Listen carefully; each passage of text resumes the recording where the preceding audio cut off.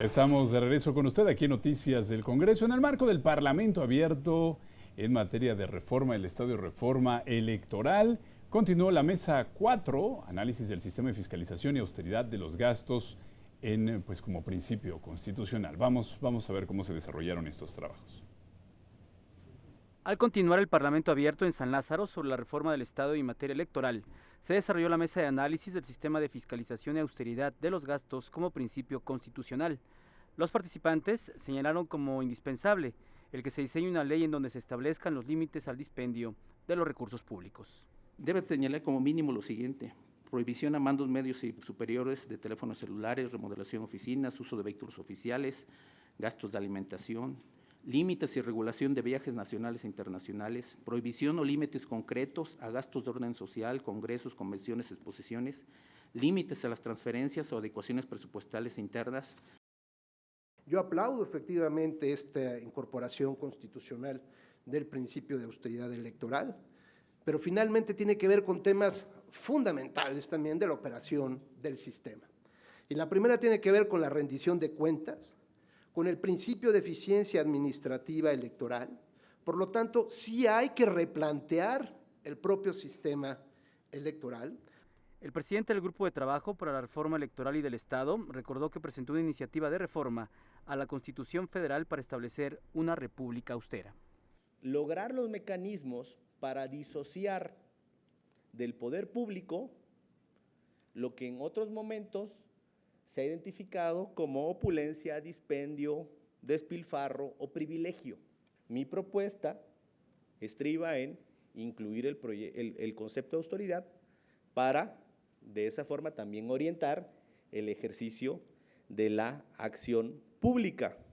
El alto costo que representan los procesos electorales y los amplios recursos destinados a la operación de los organismos públicos electorales de los estados fueron dos de los temas que también se revisaron durante esta mesa de análisis.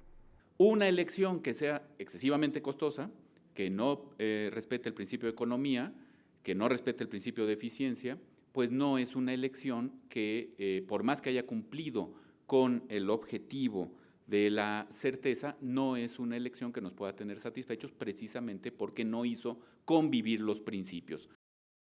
Sostengo que es pertinente reflexionar sobre la viabilidad de estas instancias locales que no son autónomas, que muestran muchas deficiencias y que cuestan al erario recursos que pueden ser redirigidos tanto a otros rubros del gasto público en las entidades federativas como a fortalecer la estructura del Instituto Nacional Electoral para hacerlo no más grande, sino más capaz de efectuar elecciones en las entidades federativas. En lo que respecta a la fiscalización de las campañas electorales, se planteó establecer mecanismos de seguimiento de los recursos que no se reportan en los procesos comiciales. El dinero producto de la corrupción que se lava en las campañas electorales, ese dinero que no entra a los sistemas de contabilidad del INE y que por tanto en este entramado de fortalecer todo el sistema de fiscalización y establecerlo como un principio, me parece necesario hablar del riesgo de las campañas electorales, de que entre dinero no solo proveniente de la corrupción, pero también del crimen organizado y del narcotráfico. Para Noticias del Congreso, Gerardo Montes. Bueno, al término del foro, el contralor del INE, Jesús George Zamora, señaló que la propuesta para acotar los salarios de funcionarios públicos es viable como criterio para resolver juicios de amparo ante la Suprema Corte. Lo que se propone entonces es, con este principio de austeridad, es establecerlo directamente en la Constitución, de tal forma que pueda ser orientador para los juzgadores, para la Suprema Corte, al momento de resolver. Bueno, sobre los principios de austeridad y eficiencia, señaló que a partir de 2020 se establecerán criterios de base cero para la planeación institucional. La finalidad de metodología es establecer eficiencia en todos los procesos que realiza sustantivamente el INE y también los administrativos, que son los que necesitan mayor planeación.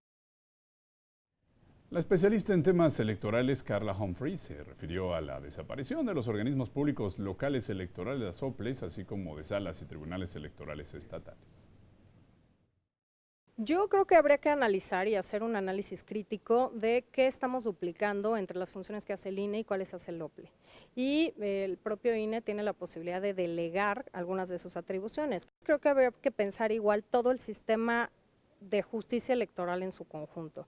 Creo que a veces incluso los plazos no dan entre que vas al tribunal local y luego subes a la regional y luego quizá tienes que ir o no a la sala superior, y creo que las rutas deberían ser más claras. En más información, en el estado de Nuevo León se llevó a cabo el segundo foro regional para el análisis del Plan Nacional de Desarrollo 2019-2024, encabezado por el presidente de la Junta de Coordinación Política de la Cámara de Diputados, Mario Delgado Carrillo. Estuvo además acompañado por la diputada Tatiana Cloutier Carrillo, quien moderó las intervenciones. ¿Qué es el Plan Nacional de Desarrollo? La ruta que se plantea para nuestro país en los siguientes 6 años. ¿Y por qué no abrirla? ¿Por qué no discutirlo? ¿Por qué no escuchar a todos los sectores productivos, a los académicos, a gobernadores, a todos los interesados en este tema, que sin duda son muchos, que manifiesten, que expresen su opinión? El gobernador de Nuevo León, Jaime Rodríguez Calderón, participó en el acto inaugural de este foro y señaló lo siguiente. Tenemos que entender que la parte más importante implica en que el país tiene que desarrollarse de manera más veloz en algunos lados, en algunas regiones. Y no es, desde mi punto de vista, con el asistencialismo y la dádiva como vamos a sacar adelante el país.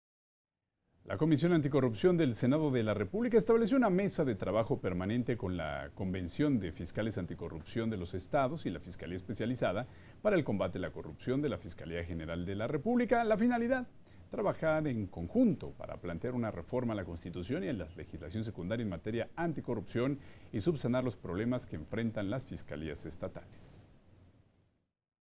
Estos no pueden seguirse entendiendo como instancias al servicio del gobierno en turno, sino como organismos independientes para vigilar la actuación pública, para detectar cualquier irregularidad y sancionar a los responsables, sea quien sea, se trate de quien se trate.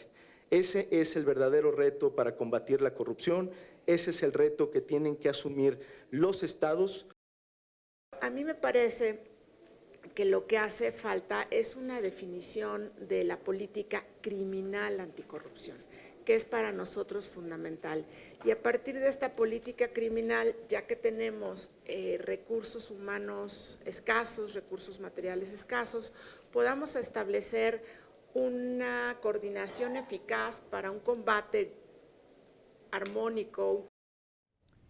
Bueno, y en conferencia de prensa, el senador Martí Batres, presidente del Senado, habló sobre los asuntos que se abordarán en el próximo periodo extraordinario de sesiones que inicia el 18 de junio y los avances para los dictámenes en las comisiones.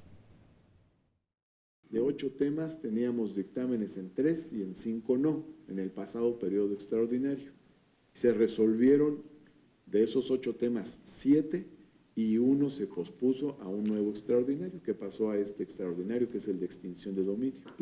En varios de los casos que están enumerados y acordados como parte del extraordinario, aún no hay dictámenes, pero se espera que estos dictámenes se resuelvan a lo largo de estos días.